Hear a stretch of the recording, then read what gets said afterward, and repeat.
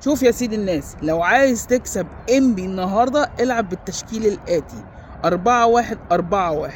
دي خطة فيها توازن في الدفاع، خطة فيها توازن في خط النص.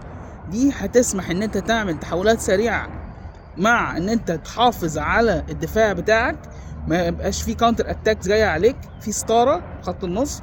ومعاهم رقم 6، بمعنى مهدي سليمان في حراسة المرمى، محمد ابراهيم باك رايت، 2 مساكين: محمد اسماعيل، حسام عبد المجيد. باك ليفت: محمود بن تايج. قدامه في خط النص، قبل خط النص من تحت، احمد ربيع. قدام احمد ربيع خط النص الاربعة: فتوح وينج ليفت، معاه 2 خط نص في الدايرة: شحاتة ومحمد السيد، واخوان الفينا بيتزيرا وينج رايت. قدامهم ناصر منسي الاسطوري.